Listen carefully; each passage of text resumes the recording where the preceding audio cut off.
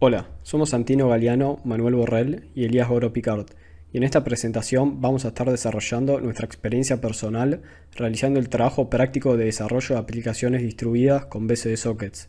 El trabajo práctico se divide en dos partes principales. El primer objetivo consiste en desarrollar un protocolo de transferencia de archivos basado en UDP, implementando un esquema Stop and Wait. Y como segundo objetivo debimos desarrollar una aplicación cliente-servidor en TCP que permitiera medir el one-way delay y analizar cómo se comporta TCP bajo condiciones de red adversas. Para la parte 1 implementamos un modelo cliente-servidor utilizando UDP. El punto clave del diseño fue manejar peticiones concurrentes. Un servidor iterativo, es decir, un cliente por vez, no era viable, ya que un cliente lento bloquearía todo lo demás. Por eso diseñamos un servidor Always Listening, capaz de atender múltiples transferencias de archivos simultáneamente sin bloquear su ejecución. Para manejar concurrencias sin hilos utilizamos Select, que es una llamada del sistema Unix para multiplexar operaciones de entrada y salida. Esto nos permite vigilar el único socket UDP y detectar cuando llega un paquete. Cada vez que Select indica actividad usamos Receive From, que sí forma parte de la API BCD Sockets, para recibir los datos y la dirección IP del emisor. Con esa IP buscamos al cliente en nuestra pool y a partir de ahí sabemos en qué fase de la máquina de estados está cada uno, lo que nos permite procesar correctamente su paquete y compensar el hecho de que UDP es stateless. Como UDP no ofrece garantías de entrega ni de orden, implementamos mecanismos propios para asegurar la confiabilidad. Utilizamos un protocolo Stop and Wait con un número de secuencia de 0 y 1. Esto nos permite detectar pérdidas, duplicados y paquetes fuera de orden. Si una confirmación no llega dentro del tiempo esperado, se activa el timeout y el cliente retransmite automáticamente. La PDU que usamos en nuestro protocolo tiene una estructura muy simple optimizada para minimizar el overhead. Se compone de tres campos. El tipo, que ocupa un byte e indica si el paquete es de autenticación, de solicitud de escritura, de transferencia de datos, de acknowledgement o de finalización. El número de secuencia, también de un byte, que alterna entre 0 y 1 siguiendo el esquema Stop and Wait. Y data, un campo de tamaño variable con un máximo de 1470 bytes que contiene la carga útil del paquete. Nuestro protocolo está estructurado como una máquina de estados estricta. Comienza con la fase hello, donde el cliente se autentica. Si la autenticación es correcta, continúa con la fase de solicitud de escritura, donde el cliente solicita subir el archivo enviando su nombre. El servidor valida ese nombre y si es válido responde con un ACK, habilitando la fase de transferencia real. Es fundamental respetar este orden. Cualquier paquete que llegue fuera de secuencia, por ejemplo un request antes del hello, es descartado silenciosamente por el servidor, siguiendo las reglas del protocolo.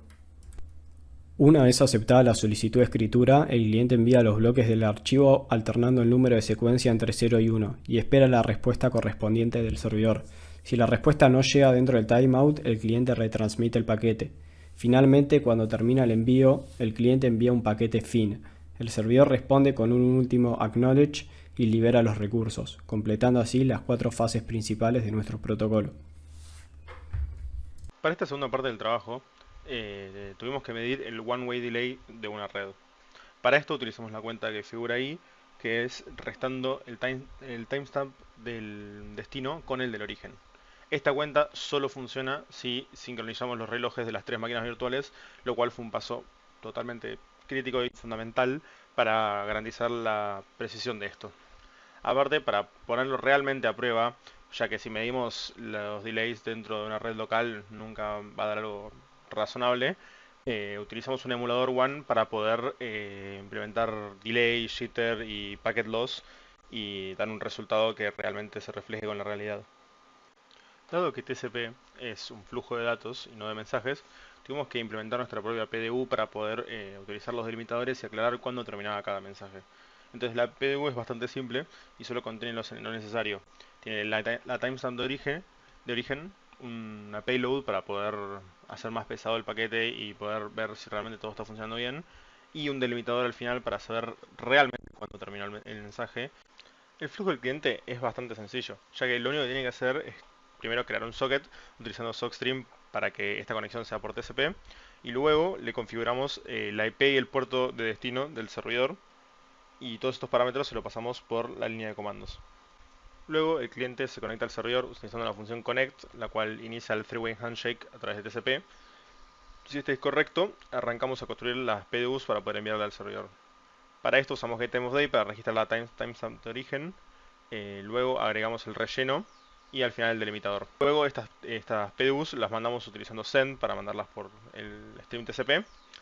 Y entre cada paquete agregamos un pequeño retraso para poder pausar la ejecución entre envíos utilizando uSleep. Una vez pasan los n segundos de la prueba, utilizamos close para poder cerrar la conexión de manera ordenada. El flujo del servidor es bastante similar al del cliente, ya que utilizando socket inicializamos el servidor y con bind y listen le decimos la IP del puerto al que tiene que estar escuchando y que espere nuevos clientes. Al llegar estos se aceptan y se extrae la conexión y creamos un nuevo socket, donde usamos la función de receive para poder leer el stream de bytes y lo acumulamos en un buffer hasta que llegue nuestro delimitador de la PDU. Y ahí es donde identifica que realmente terminó la PDU. Una vez registramos el fin de la PDU, se extrae el timestamp actual y el de la PDU, y así calculamos el one-way delay con la cuenta que agregamos antes. Esto se sigue haciendo hasta que el cliente decida cerrar la conexión.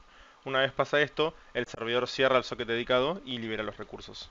Con ambas aplicaciones listas, diseñamos diferentes experimentos. Para el protocolo, transferimos un archivo de 20 KB simulando escenarios con diferentes niveles de retardo para medir el impacto de la latencia en el rendimiento de Stop and Wait y se capturó el tráfico de la red usando TCP/dump. En la parte TCP, también usamos OneM para inyectar diferentes niveles de pérdida de paquetes, delay y jitter y estudiar así sus influencias sobre la red. Ahora se exhibirán los resultados obtenidos de los experimentos y sus respectivos análisis. Para el primer experimento, las curvas revelan que el tiempo total acumulado crece de forma lineal y los resultados empíricos validaron su dependencia proporcional directa con la latencia. Esto se debe a que Stop and Wait debe esperar un RTT por cada fragmento que se envía por la red. Luego analizamos la idea de actualizar un firmware de 16 MB con dicho protocolo. Concluimos que sería extremadamente lento porque se penaliza un RTT por cada fragmento que se envía. En cambio, TCP usa una ventana deslizante y llena el canal, por lo que la transferencia queda limitada por el throughput y así se completaría más rápidamente la transferencia. Para el segundo experimento observamos que el one-way delay aumenta y se vuelve más inestable a medida que sube el packet loss, pasando de grados estables en niveles del 1 al 2% a picos intensos en niveles más altos como el 10%. Esto ocurre porque TCP entra en recuperación y debe esperar retransmisiones y RTOs, acumulando retrasos. Al sumar delay y jitter, la inestabilidad del one-way delay se amplifica fuertemente, con oscilaciones más erráticas. TCP reduce su ventana y prefiere esperar antes que retransmitir, generando latencias altas e impredecibles y deteriorando el throughput.